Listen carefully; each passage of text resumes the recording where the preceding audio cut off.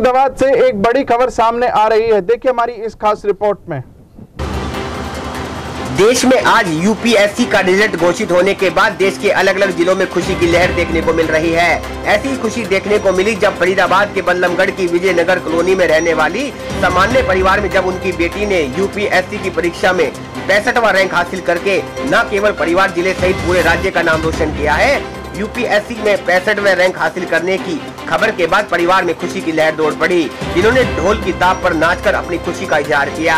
इतना ही नहीं, यह सूचना मिलने के बाद बल्लभगढ़ के विधायक और हरियाणा के कैबिनेट मंत्री मूलचंद शर्मा भी बेटी को बधाई देने उनके घर पहुंचे और बेटी को आशीर्वाद देते हुए कहा कि फरीदाबाद की बेटी ने यूपीएससी की परीक्षा में 65वां रैंक हासिल करके धमाल मचा दिया है और अब बेटियों को प्रधानमंत्री नरेंद्र मोदी के बेटी बचाओ बेटी पढ़ाओ के नारे को सार्थक सिद्ध कर रही है।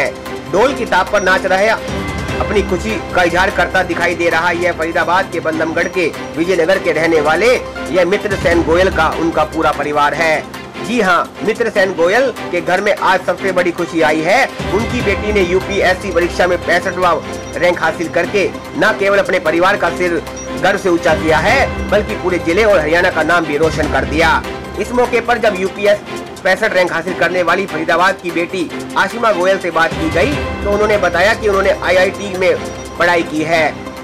उन्हें इस दौरान पीएचडी करने का भी मौका मिला, लेकिन उन्होंने लोगों की सेवा करने का उद्देश्य मन में बना हुआ था।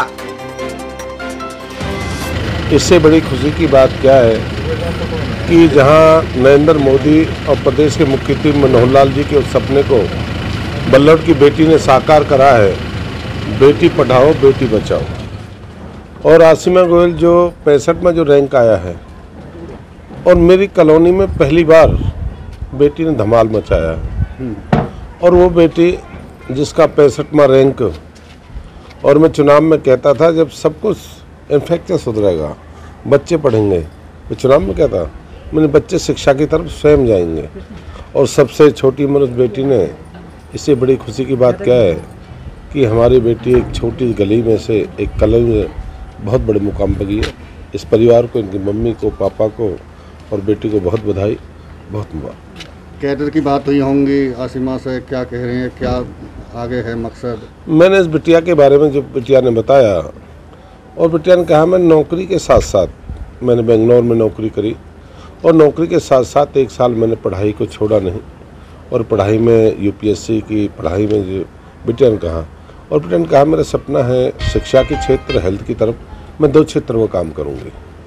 और बच्चे का क्या है कि बच्चे छोटी उम्र के बच्चे हैं, इतना बड़ा रास्ता तय कर दिया, जो मन में सोच लेते हैं वो रास्ता तय कर लेते हैं। प्रदेश की सरकार बेटी बचाओ बेटी पढ़ाओ अभियान को लगातार, उसका एक ये ताजा उदाहरण भी हाँ, है। बाकी बच्चों को क्या कहना चाहेंगे? क्या नहीं, बाकी बच्चों को सबको बेटी बचाओ बेटी पढ़ाओ का एक उदाहरण, और मैं तो सभी जिन बच्चों ने जो टॉप करा है यूपीएससी में पास है, मैं उनको बधाई कि देश के प्रति बढ़िया, देश के भविष्य के लिए काम करें, देश के लिए काम करें और हम आम लोगों के लिए बढ़ चढ़ के काम करें, क्योंकि देशों की कमान उनके हाथ में रहेगी।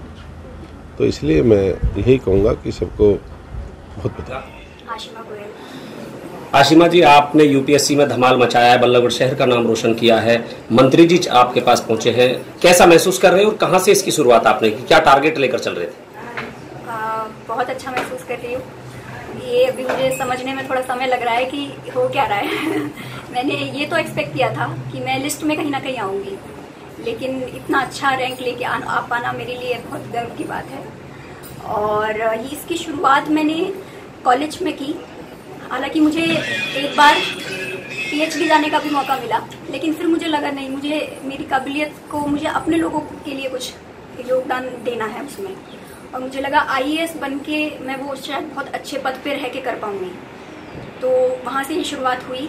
वैसे ये मेरा सेकंड अटेम्प्ट है जिसमें मैंने 65वीं रैंक हासिल। आपने अपनी जो पढ़ाई है वो कहाँ से की और आगे किसकी कोचिंग कहाँ से ली?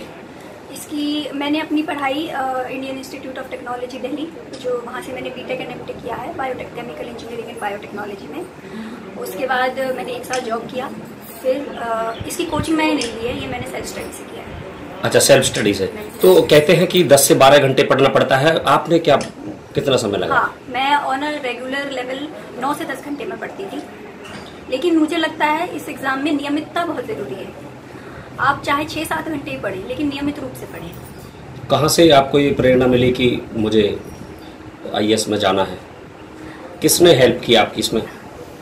प्रेरणा मुझे, मैं बोलूँगी कि मेरे जो सहपाठी थे कॉलेज में, हमारे कॉलेज में रिकॉर्ड रहा है, बहुत लोग जाते रहे हैं, तो उनसे मुझे कहीं ना कहीं ये ड्रीम तो था बचपन से, लेकिन उनसे मुझे समझ आया कि ये आसान है करना, ये जितना बड़ा बनाया हुआ है हम भी ट्राई कर सकते हैं इसको। उसके बाद मुझे गाइडेंस भी मिलती रही लोगों के थ्रू। आजकल इंटरनेट पे भी बहुत मटेरियल है, तो उसके बाद मुझे बहुत आसान लगा। किस सब्जेक्ट से आपने IAS में? मैंने केमिस्ट्री ऑप्शन था मेरा। परिवार का कैसा साथ मिला आपको? परिवार का साथ तो सबसे बड़ा मेरे लिए फैक्टर रहा है, क्योंकि एक इंसान के लिए बहुत ज़रूरी है कि वो अपनी पढ़ाई बहुत मेंटल स्टेबिलिटी बहुत ज़रूरी है, और उसके लिए आपके परिवार का सपोर्ट। मेरे परिवार वाले मेरा हमेशा ये बोलते थे कि इसको तो कहने की जरूरत नहीं है, ये अपने आप पढ़ लेती है। तो जॉब के साथ साथ जी आपने सेल्फ स्टडी की? जी, पहले अटेम्प्ट मैंने जॉब के साथ दिया था, हालांकि उसमें मैं प्रीलिम्स नहीं क्लियर कर पाई थी, फिर मैंने पूरी तरीके से किया। तो जो वो ऐसे सेक्रीफाइसेस करते हैं जो हमें समझ भी नहीं आते कई बार। शायद मैं इतना फ्री माइंड से 10-12 घंटे बाहर रह के पढ़ पाती हूँ, क्योंकि मुझे ये रहता है कि मेरे घर पे सब ठीक है, चाहे वो ठीक हो चाहे नहीं हो।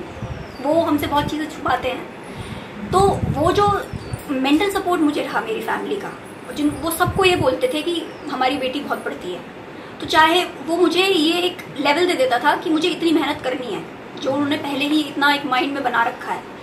तो सबसे बड़ा योगदान तो मेरे माता पिता का ही है, मेरी मेहनत भी नहीं है। आम जनता के लिए क्या करेंगे? आपको मौका मिलेगा, आप आगे आप जाएंगे, जॉब करेंगे, ज्वाइन कर लेंगे, उसके बाद क्या कुछ करेंगे? मेरे लिए 2 सबसे बड़े पैरामीटर्स हैं जिन पे मैं काम करना चाहती हूँ, वो है शिक्षा और स्वास्थ्य। तो आई थिंक जो हमारा जो गरीब तबका है, जो जहाँ सबसे ज़्यादा गरीबी है, उनको अगर ये दोनों फैसिलिटीज़ हम एक नॉर्मल लेवल पे जो एक आम जनता को अवेलेबल होती है वो हम मुहैया करा दें, तो उसके बाद वो अपने आप अपनी सीढ़ी चढ़ते जाएंगे, फिर हमें ज़्यादा मेहनत करने की ज़रूरत नहीं है। जो सारी डिसेबिलिटी शुरू होती है वो इन 2 चीज़ों से होती है, तो इन दोनों पे मेरा काम करने का मकसद है। कौन सी रैंक आपकी ये रही? ये मेरी 65वीं रैंक रही। फरीदाबाद से NCR न्यूज के लिए मनोज सूर्यवंशी की खास रिपोर्ट। इस वीडियो को ज्यादा से ज्यादा शेयर करें। NCR न्यूज के साथ बने रहने के लिए NCR न्यूज को लाइक व सब्सक्राइब करें। नमस्कार।